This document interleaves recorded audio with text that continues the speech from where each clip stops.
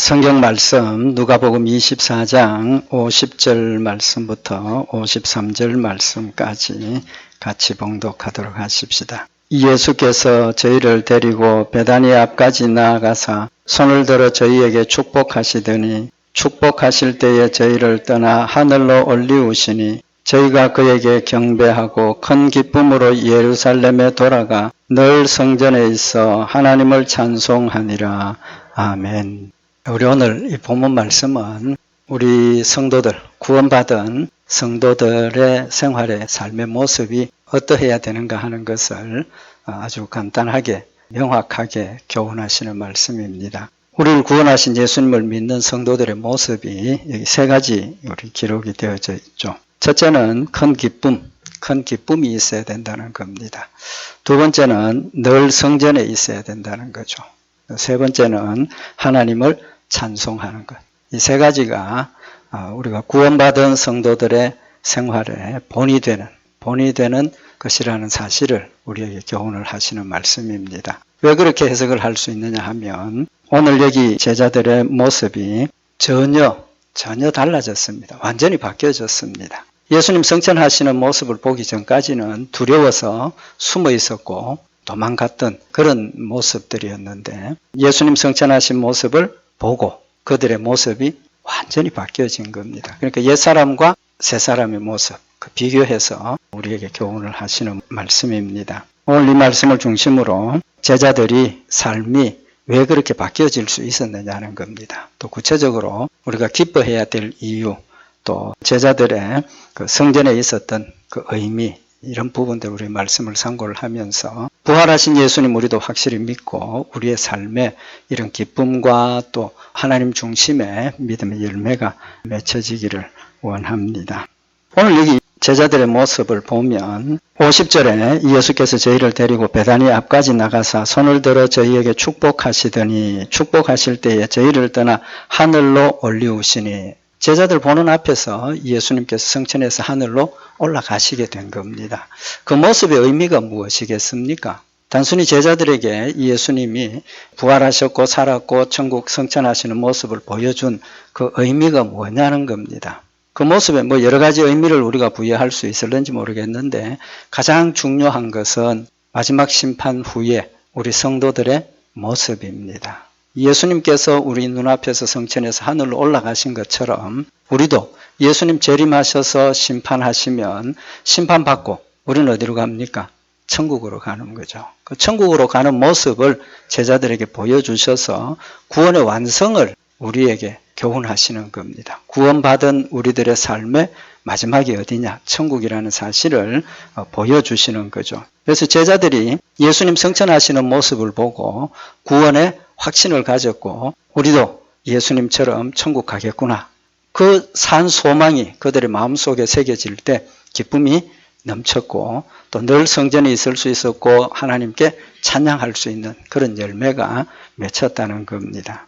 그럼 제자들이 어떻게 해서 그 두려운 가운데 있다가 늘 문을 잠궈 놓고 숨어 있던 그들이 이제 예수님 성천하시는 그 모습을 보고 왜 기쁨이 충만했느냐는 겁니다. 그 중요한 의미가 뭐냐 하면 예수님 부활하시고 난 뒤에 여러 번 제자들에게 성천하시기 전까지 여러 번 제자들에게 나타나셔서 자신이 부활했다는 사실을 보여주셨죠. 이유가 무엇입니까? 예수님 다시 사셨다는 걸 믿으라는 겁니다. 믿을 수 있는 증거를 보여주신 거죠. 우리는 지금 보지는 못했지만 믿습니다. 그러나 제자들은 예수님 죽으시고 난 뒤에 그 절망감, 두려움, 그것 때문에 문을 잠궈 놓고 숨어 있었고 걱정하고 그랬다는 거죠. 왜 그렇습니까? 예수님 부활에 대한 믿음이 확실히 없었기 때문이죠. 오늘 여기 누가복음 24장 1절부터 43절까지의 그 말씀은 부활하신 예수님께서 제자들에게 나타나셔서 예수님이 확실하게 부활하셨다, 육신으로 부활하셨다는 것을 자꾸 보여주시는 겁니다. 보여주신 것. 그 이유는 좀 전에 말씀드린 것처럼 예수님의 부활이 확실히 일어났다는 것을 믿도록 하기 위한 목적이 있었던 겁니다. 그래서 예수님께서 부활하셔서 성천하시는 그 기간 동안 자꾸 제자들에게 자신의 부활하심을 나타나서 보여주셔서 믿도록 하신 겁니다. 그 다음에 성천하시면서 그 의미를 다시 한번 깨우쳐 주십니다. 여기 누가복음 24장 44절에 보면 성천하시기 직전에 예수님께서 제자들에게 하신 말씀인데 44절에 보면 내가 너희와 함께 있을 때에 너희에게 말한 바 곧 모세의 율법과 선지자의 글과 시편에 나를 가리켜 기록된 모든 것이 이루어져야 하리라 한 말이 이것이라. 그리고 그 말의 내용이 뭐냐 하면 46절에 보면 이같이 그리스도가 고난을 받고 제3일에 죽은 자 가운데서 살아날 것과 예수님께서 성천하시기 직전에 제자들에게 자신이 죽으셨던 그 일의 의미가 그냥 갑자기 되어진 것이 아니고 이미 자신들이 믿고 있는 구약시대 선지자들을 통해서 그리스도가 오시면 어떻게 역사를 하고 어떻게 될 것이다 라고 예언하셨던 일이 그대로 이루어진 것이다라는 걸 말씀을 하고 계시는 겁니다. 약속대로 되어진 거라는 거죠. 그러면서 그 내용의 핵심이 뭐냐 하면 그리스도가 오시면 잡혀서 죽으시고 사흘 만에 부활하신다. 그게 핵심이라는 겁니다. 그러니까 예수님께서 제자들에게 보여주신 것처럼 죽으셨고 사흘 만에 부활하셨다는 겁니다. 그 사건의 의미가, 그 사실의 의미가 그냥 되어진 것이 아니라 하나님께서 계획하시고 약속하시고 보여주셨던, 말씀으로 보여주셨던 그 일이 성취된 것이라는 거죠. 그런데 제자들이 그동안 예수님으로부터 그 말씀을 들었습니까? 못 들었습니까? 들었죠. 들었지만 어땠습니까? 못 믿었지 않습니까? 못 믿었습니다. 그죠? 그래서 예수님 장례를 치르고 사흘 만에 마리아를 위시해서 여러 여자들이 향품을 준비해서 예수님을 뵈러 갔다는 거죠. 죽은 예수님을 기억을 하고 있는 겁니다. 심지어 제자들이 예수님 부활하셨다는 소리를 들었지만 못 믿었지 않습니까? 못 믿었습니다. 그것은 예수님께서 가르쳐 주셨던 그 말씀들을 믿음으로 받아들이지 못한 겁니다. 깨닫지 못한 거죠. 근데 오늘 여기 45절에 보면 뭐라고 말씀이 되어 있느냐 하면 이에 저희 마음을 열어 성경을 깨닫게 하시고 이에 저희 마음을 열어 성경을 깨닫게 하셨다. 이제까지 부활하신 예수님을 만났지만 못 믿었고 만났지만 두려워했던 그들에게 어떤 역사가 일어난 겁니까? 마음이 열려지고 그 말씀을 깨닫게 되었다는 겁니다. 깨닫게 되었다는 그 말이 무슨 말입니까? 믿음으로 받아들였다는 겁니다. 믿음으로 받아들였다. 그러니까 예수님의 죽으심과 부활을 믿게 된 것은 그들이 보았기 때문도 아니고 그들이 들었기 때문도 아니고 누구 때문입니까? 누군가가 그들의 마음을 열어서 깨닫게 하셨다는 겁니다. 그 누구가 누굽니까? 그 역사를 누가 하신 겁니까? 성령님이 하신 거죠. 성령님이 하신 겁니다. 하나님께서 그들의 마음을 열어서 이제까지 죽었다가 살아나신 예수님을 만났지만 그래도 아직까지도 의심하고 정말인가 또 걱정하고 두려워하고 그들의 마음을 열어주셔서 이제는 확실하게 예수님이 부활하셨다는 사실을 믿게 하셨다는 겁니다. 성령님께서 그들의 마음을 열어주시고 그들의 마음으로 믿게 하셔서 믿음으로 받아들이고 난 뒤에 예수님 성천하시는 모습을 보니까 어떻게 됩니까? 아, 나도 저렇게 천국 가겠구나. 나도 저렇게 구원받고 하나님 앞에 올라가겠구나 라는 믿음을 가지게 되니까 육신의 죽음이 두렵습니까? 안 두렵습니까? 육신의 죽음 상관이 없는 겁니다. 왜? 죽어도 어딜 가니까 우리에게 내세의 천국이 기다리고 있으니까 이 땅에서의 고난과 고통, 이 땅에서의 두려움보다는 하늘나라에서 하나님과 영원토록 누릴 그런 삶이 그들의 마음속에 확실하게 새겨지니까 그들이 기쁨이 넘치고 그들에겐 두려움이 없어지고 하나님을 영화롭게 하고 찬양하는 그런 믿음의 열매가 맺혀지더라는 겁니다. 핵심은 성령님께서 그들의 마음을 열어서 이제까지 듣고 들었고 보고 보았지만 못 믿었던 그 사실들을 믿게 하셨다는 겁니다.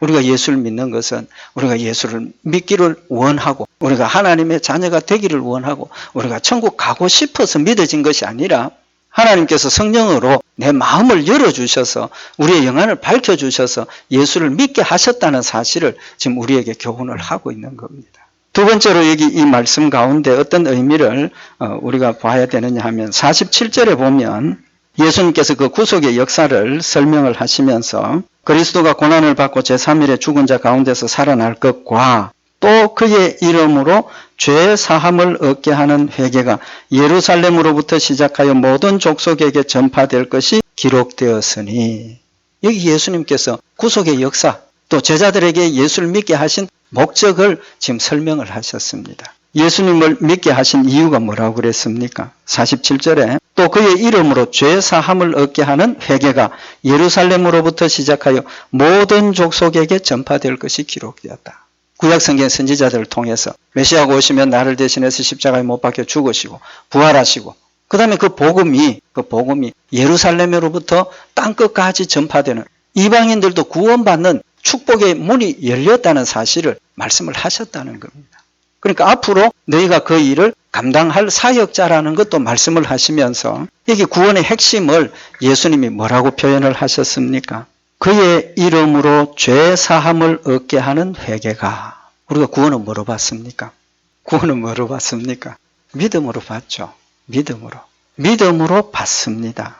근데 믿음으로 받는다는 그 말은 어떤 의미를 가집니까? 예수를 믿음으로 내 죄가 어떻게 되는 겁니까?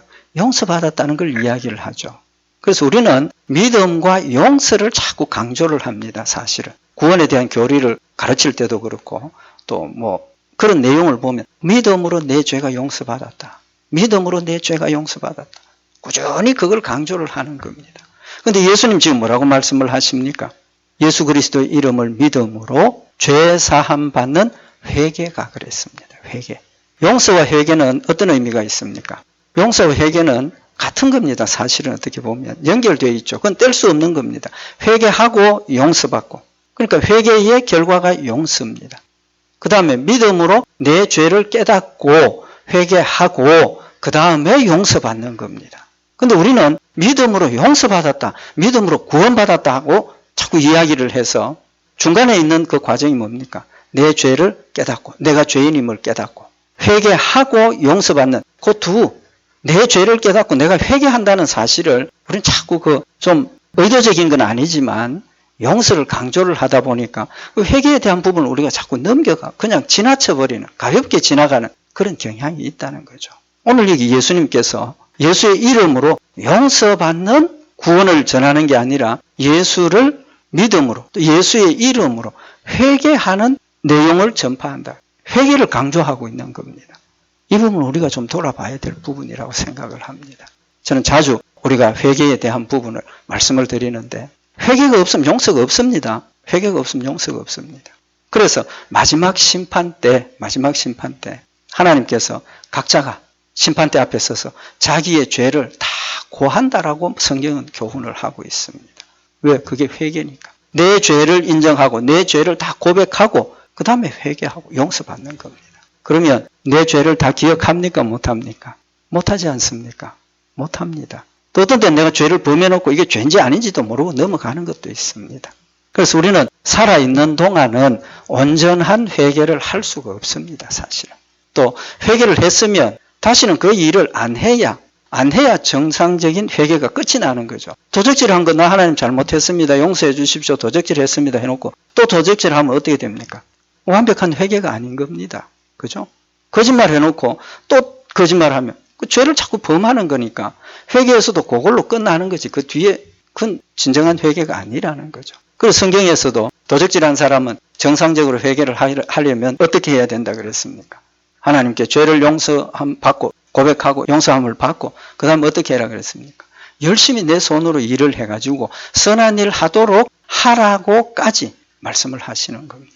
그러면 우리가 살아있는 동안 회개를 다 못하니까 마지막 심판대 앞에서 하나님께서 내가 기억하지 못했던 것, 내가 잊어버리고 용서를 구하지 못했던 것, 또 차마 부끄러워서 하나님 앞에 내놓고 회개하지 못했던 그 모든 일들을 기억나게 하셔서 내 스스로 내 입으로 내 모든 죄를 하나님 앞에 토설하고 내어놓고 그 다음에 예수님께서 난 예수를 믿었으니까 네 죄를 용서한다. 모든 죄를 용서 안 받고 천국 가는 겁니다. 그런 의미에서 보면 이 회개는 구원의 핵심입니다. 구원받는 일의 핵심인 겁니다.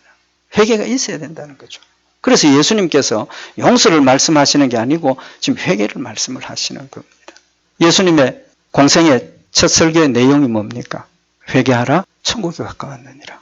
세례 요한의 설교의 핵심이 뭡니까? 똑같은 겁니다. 회개하라 천국이 가까웠느니라. 마가복음 1장 4절에 보면 세례 요한이 세례를 베풀었죠. 세례를 베풀었는데 그 세례의 의미를 뭐라고 이야기를 하고 있느냐 하면 회개의 세례라고 이야기를 하고 있습니다. 마가복음 1장 4절에 보면 세례 요한이 이르러 광야에서 죄 사함을 받게 하는 회개의 세례를 전파하니, 회개의 세례를 전파하니. 세례 요한이 광야에서 요단강에서 세례를 베푼 목적이 그냥 나 세례 받겠습니다 하고 오는 사람 세례 베푼 게 아니라 세례 받기 전에 자신의 죄를 다 고백하고 그 다음에 세례를 받게 했어요. 그래서 마가복음 1장 5절에 이어서 뭐라고 말씀을 하시느냐 하면 온 유대 지방과 예루살렘 사람이 다 나아가 자기 죄를 자복하고 요단강에서 그에게 세례를 받더라. 세례는 그냥 받는 거 아닙니다. 그저 무턱대고 나 예수 믿으니까 나 예수 믿습니다라고 세례 받는 게 아니라는 겁니다. 세례 받는 그 순간에는 내 모든 죄를 하나님 앞에 내어놓고 용서를 비는 그런 과정을 거치고 세례를 받아야 되는 겁니다. 제일 핵심적인 죄가 뭡니까? 예수 안 믿은 죄입니다. 예수 안 믿은 죄. 예수 안 믿으면 죄의 근원이죠. 예수를 믿으니까 믿는 그 순간부터 내 모든 죄를 용서함 받는 겁니다. 비록 죄를 고백하지 못했지만, 일일이 다 고백하지 못했지만 세례를 받는 그 순간에 고백이 하나님, 나는 예수를 안 믿는, 하나님을 안 믿는 죄인이었습니다. 이제 난 예수 믿겠습니다. 그 고백입니다, 세례가. 그럼 왜 이렇게 회개가 중요하냐는 거예요. 좀 전에 말씀드린 것처럼 회개하지 않으면 용서 못 받습니다. 회개하지 않은 죄는 용서 못 받습니다. 근데 기회가 있습니까? 없습니까? 기회가 있습니다. 언제? 예수님 마지막 심판 때. 예수님 마지막 심판 때 내가 신앙생활 하면서 고백하지 못했던 그 모든 죄를 하나님께서 내 스스로 고백하게 하시고 뭐 하십니까? 용서하시는 겁니다.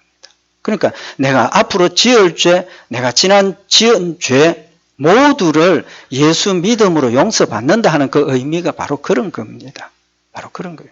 그러니까 내가 예수 믿음으로 용서받으니까 죄 짓는 것이 뭡니까? 두려움이 없어지면 안 되죠. 왜? 용서받을 거니까. 앞으로 지을 죄가 용서를 받을 거니까 죄 짓는 일이 두려움이 없고 그냥 하나님 그걸 원치 않는다는 겁니다. 우리에게 회개를 요구하시는 이유가 뭡니까? 회개를 요구하시는 이유. 회개가 있어야 죄를 용서받는다. 왜 그렇게 말씀을 하시는 겁니까? 좀 전에 말씀드린 것처럼 회개한다는 것은 전제가 뭡니까? 내 죄를 인정한다는 겁니다. 내 죄를 깨닫고 죄인 걸 인정을 해야 회개가 시작되는 것이지 나 그 죄 아니야. 내가 그 한 거 죄 아니야 하면 회개할 게 있습니까? 없습니까? 없어지잖아요. 없어지는 겁니다. 하나님께서 우리에게 회개를 요구하시는 목적은 내 죄를 깨닫고 인정하라는 겁니다. 인정하라. 왜 내 죄를 깨달으라는 겁니까? 그건 죄인 줄 알고 다시는 죄에 범하지 않도록 하기 위해서입니다. 거짓말하는 걸 알았지만 그걸 인정을 안 하고 나 거짓말 아니야. 우리 속담에 공동묘지 가보면 무슨 무덤이 없다 합니까? 핑계 없는 무덤이 없다고. 우리는 잘못을 범해놓고 죄를 범해놓고도 자꾸 뭐 하려고 합니까? 인정 안 하려고 하죠. 핑계댑니다. 나는 이러이러해서 그런 일을 했습니다. 나는 이런 상황 때문에 했습니다. 자꾸 핑계를 만들어서 그 죄를 인정 안 하려고 한다는 겁니다. 하나님 원하시는 그게 아니라는 거죠. 죄를 죄로 인정을 하고 나면 그 다음 단계가 뭐가 있습니까? 예수님이 있다는 겁니다. 그러니까 우리는 내 죄를 인정하는 걸 두려워하지 말라는 겁니다. 그냥 솔직하게 하나님 앞에 내어놓고 내 죄를 인정하고 하나님 잘못했습니다 하면 어떤 죄든지 용서해 주신다는 겁니다.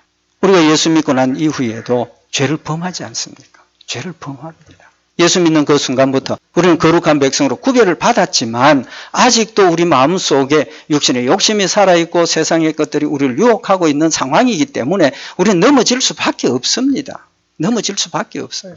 그걸 우리가 인정을 해야 된다는 겁니다. 그렇기 때문에 죄를 범하고 돌아서서 하나님, 이거 또 죄를 범했습니다. 용서해 주십시오. 이게 자꾸 이어지는 겁니다. 또 그렇게 되다 보면 어떤 상황이 벌어집니까? 스스로 낙심하게 되죠. 하나님 아침에 이렇게 기도했는데 1시간도 안 돼서 또 똑같은 모습을 보이고 자꾸 그렇게 넘어지다 보면 낙심하게 되는 겁니다. 절망하게 되죠. 그러나 그거는 사탄이 우리를 넘어뜨리는 것이지 우리가 할 일이 아니라는. 또 넘어졌구나. 예수님 나는 이런 사람입니다. 용서해 주십시오. 용서해 주십니다. 로마서 5장 20절에 보면 율법이 가입한 것은 범죄를 더하게 하려 함이라. 율법이 가입한 것은 범죄를 더하게 하려 함이라. 무슨 말입니까? 하나님 우리에게 율법을 주신 것은 범죄를 더하게 하기 위함이라는 겁니다. 이해가 되십니까? 그 말은 율법이 있음으로 말미암아서 죄가 되는 겁니다. 하나님께서 십계명에 거짓말하지 말라, 거짓말하면 죄다라고 하셨기 때문에 거짓말하는 것이 죄가 되는 겁니다. 죄가 되는 거예요. 율법이 없으면 그 죄가 없는 거죠. 그럼 하나님께서 굳이 그런 죄를 기록을 하셔서 우리에게 제시하시는 이유가 뭐냐는 겁니다. 아까 예수 믿지 않는 거 죄라 그랬는데 예수 믿지 않는 게 죄인 이유가 뭐냐 하면 예수를 믿지 않으면 하나님의 율법을 순종해야 될 의무가 있습니까? 없습니까? 없어지죠. 그들은 의무가 없습니다. 의무가 없어요. 그 말은 로마서에 뭐라고 표현을 했느냐 하면 우리가 예수님을 알기 전에는 이미 진노의 자식으로 지옥 백성으로 살아가고 있다는 겁니다. 율법도 모를 뿐더러 율법을 지켜야 된다는 의무도 없고 그러니까 육신의 욕심대로 자기 뜻대로 그냥 살아가는 겁니다. 그러나 하나님께서 우리를 찾아오셔서 예수를 믿게 하시는 그 순간부터 우리에게는 어떤 의무가 생깁니까? 율법을 지켜야 할 의무가 생기는 겁니다. 그때부터 의무가 생기는 겁니다. 의무도 생기고 하나님께서 율법을 깨닫게 하셔서 내 마음속에 그 율법을 지키려고 하는 열심도 주시고 열심히 지키도록 하신다는 겁니다. 그러니까 예수 믿기 전에는 예수 안 믿은 건 뭡니까? 그 예수 안 믿은 그 죄라는 그 자체가 죄라는 겁니다. 그러나 우리가 예수를 믿는 그 순간부터 율법을 지켜야 할 의무가 생겼고 그 의무를 위해서 힘을 다해서 우리가 지키려고 노력을 해야 된다는 겁니다. 노력을 해야 함에도 불구하고 불행하게도 우리의 힘으로는 이룰 수 없는 일입니다. 이룰 수 없는 일. 그걸 하나님이 아시기 때문에 누굴 보내셨습니까? 예수 그리스도를 보내셔서 죄의 삭선 사망이라고 하신 그 일을 예수님이 대신 짊어지시고 십자가에 못 박혀 죽으셨기 때문에 내가 예수를 믿음으로 내 모든 죄를 용서함 받는 결과를 가져오는 겁니다. 그래서 용서함 받았기 때문에 앞으로 죄를 더 열심히 안 지어야 된다는 거죠. 힘을 다해서 우리가 하나님 말씀을 순종해야 한다는 겁니다. 그럼에도 불구하고 우리의 힘으로는 이룰 수 없다는 겁니다. 그래서 로마서 5장 20절에 보면 율법이 가입한 것은 범죄를 더하게 하려 함이라. 그러나 죄가 더한 곳에 은혜가 더욱 넘쳤나니. 죄가 더한 곳에 은혜가 더욱 넘쳤다. 왜 그렇습니까? 나는 죄를 짓지 않으려고 노력하고 열심히 애를 쓰고 했는데 죄를 자꾸 지었어. 안 된다는 거죠. 좀 전에 말씀드린 것처럼 또 똑같은 죄를 범하고 반복해서 죄를 범하고 낙심하고 절망할 때 우리의 마음속에 하나님 주신 대답이 뭡니까? 넌 너희 힘으로는 그건 이룰 수 없어. 넌 너희 힘으로 그걸 이룰 수 없어. 그렇기 때문에 예수님을 보냈지 않느냐. 예수님을 믿음으로 내 모든 죄를 용서함 받는다는 확약을 주셨다는 겁니다. 그러니까 죄 용서받는 그 순간에 내 마음에 무슨 생각이 생깁니까? 기쁨이 생기죠. 감사가 생깁니다. 내가 죄를 범했는데 용서받을 길이 없으면 절망이죠. 그러나 죄를 범했는데 예수님이 나를 대신해서 십자가에 못 박혀 죽으셨다는 사실을 깨닫고 믿음으로 고백하고 하나님 내 이런 죄를 범했습니다. 오냐 용서하마. 내가 고백하기 전에 이미 하나님께서 내 마음을 아시고 용서하셨습니다. 죄가 많은 곳에 은혜가 많다는 뜻이 뭡니까? 바로 그겁니다. 죄를 많이 지었을수록 용서함 받은 기쁨이 어떻습니까? 더 크죠. 예수님께서 비유를 들어 말씀을 하셨죠. 빛에 대한 비유를 말씀을 하시면서 빛을 많이 탕감받은 사람이 기쁘겠느냐? 적게 받은 사람이 기쁘겠느냐? 누가 더 기쁘겠느냐? 물론 적게 받은 사람도 기쁘겠지만 더 많이 탕감받은 사람이 더 기쁘다. 기분 좋지 않습니까? 더 기분이 좋다는 거예요. 그래서 죄가 많은 곳에 은혜가 많다는 것은 내 죄를 깨닫고 하나님 앞에 고백하고 용서함 받았다는 기쁨이 내 마음속에 쌓이기 시작하면 10개를 고백하고 10개 용서받은 것하고 100개를 고백하고 100개 용서받은 것하고 어느 게 더 기쁘겠느냐는 겁니다. 어느 게 더 기쁘겠느냐. 그런 관점에서 보면 내 죄를 감출 게 아니라 하나님 주신 은혜와 기쁨을 더 많이 받기 위해서 우리가 하나님의 은혜를 받기 위해서 뭐 해야 되겠습니까? 내 죄를 자꾸 생각해내야 돼. 자꾸 끄집어내야 돼. 끄집어내서 하나님 이것도 죄입니다. 하나님 생각으로 이것도 했습니다. 하나님 말로도 이거 했습니다. 자꾸 내 죄를 끄집어내어서 하나님 앞에 용서를 받으면 그 용서의 기쁨이 어떻게 됩니까? 더 커지는 거예요. 은혜 받으려고 노력하시면 엎드려서 내 죄를 먼저 생각을 하십시오. 엎드려서 내 죄를 먼저 생각하고 조그마한 것까지도 하나님 앞에 내어놓고 용서했다. 예, 감사합니다. 또 내어놓고 용서했다. 감사합니다. 그 용서의 기쁨이 우리 마음속에 넘쳐나면 그게 은혜가 되고 감사가 되고 즐거움이 되고 신앙생활하는 힘이 된다는 사실을 우리에게 교훈을 하고 있는 겁니다. 그래서 회개가 중요하다는 겁니다. 그리고 우리 신앙생활의 회개는 성화의 과정입니다.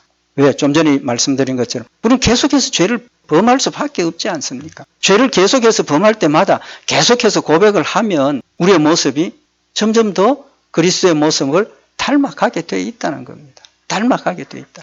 그래서 회개하고 용서받고 회개하고 용서받고 그런 기쁨이 우리 마음속에 넘치게 될 때에 하나님을 뜨겁게 사랑하게 되고 감사하게 되고 성전에 늘 거하면서 하나님을 영화롭게 하는 그런 믿음의 열매들이 우리의 삶에 맺혀지게 된다는 겁니다.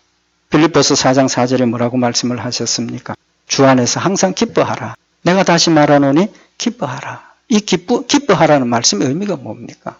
무슨 기쁨입니까? 하나님 주신 은혜가 기쁘다는 겁니다. 하나님 주신 구원의 즐거움이 기쁘다는 겁니다. 그 기쁨은 어디에서 옵니까? 내 죄를 내어놓고 회개하면서 내 모습을 늘 돌아보고 회개하고 용서받았다는 그 기쁨이 내 마음속에 넘쳐나게 될 때 저절로 기뻐지게 되어 있습니다. 저절로 감사하게 되어 있습니다. 저절로 하나님을 사랑하게 되어 있는 겁니다. 출발이 내 죄를 깨닫고 내가 하나님 앞에 죄인임을 깨닫고 엎드려 회개할 때 우리 마음속에 기쁨이 오고 겸손해지고 하나님을 뜨겁게 사랑하게 된다는 사실을 지금 말씀을 하고 있는 겁니다. 항상 기뻐하라 명령하셨지만 구원의 은혜를 내가 생각을 하고 하나님 앞에 늘 자신을 돌아보는 회개의 연속이 이루어지면 저절로 기쁨이 오고 감사가 오고 하나님을 사랑하게 된다는 사실을 우리에게 교훈을 하고 있는 겁니다. 자주 말씀을 드리지만 다윗이 시편 51편에 우리의 아내를 취하고 하나님 앞에 죄를 범해서 그런 상황을 회개하면서 시편 51편 12절에 보면 주의 구원의 즐거움을 내게 회복시키고 자원하는 심령을 주사 나를 붙드소서라고 고백을 하고 있습니다. 회개 내용이 하나님 내 죄를 용서해 주십시오. 그 말을 더 구체적으로 지금 표현을 하고 있는 겁니다. 구원의 즐거움을 내게 회복시켜 주십시오. 자원하는 심령을 주십시오. 왜 자원하는 심령이 없어졌습니까? 왜 즐거움이 없어졌습니까? 죄 때문이라는 걸 알고 있는 겁니다. 조그마한 죄악이라도 내 마음속에 존재하고 있고 그걸 깨닫게 되면 마음이 두려워지게 되어 있습니다. 불편해지게 되어 있습니다. 기쁨이 사라진다는 겁니다. 그러나 다윗은 하나님 앞에 자신의 죄를 내어놓고 하나님 내 죄를 용서해 주십시오. 그 용서의 결과가 내 마음속에 구원의 즐거움이 넘쳐나게 된다. 구원의 즐거움입니다. 구원의 즐거움. 구원의 핵심이 뭡니까? 회개와 용서인 겁니다. 회개와 용서. 근데 자꾸 우리는 용서만 자꾸 이야기를 하니까 회개에 대한 거는 관심이 멀어지는. 사실은 회개가 더 중요한 겁니다. 회개가 있어야 용서가 있는 겁니다. 회개하기 위해서는 내 죄를 깨닫고 인정하는 것이 필요하다는 겁니다. 우리의 부족한 모습입니다. 저도 마찬가지입니다. 평생 목회를 하면서 나는 큰 죄를 범한 거 없어. 은연중에 그런 생각을 하지 않습니까? 나는 열심히 주의를 지키고 하나님 말씀대로 살고 있어. 난 죄에 대해서 민감해져야 되는데 죄에 대해서 자꾸 둔해지는 겁니다. 죄에 대해서 둔해지니까 구원의 즐거움이 일상화되어 버리고 그 즐거움이 새로워지지 않는다는 겁니다.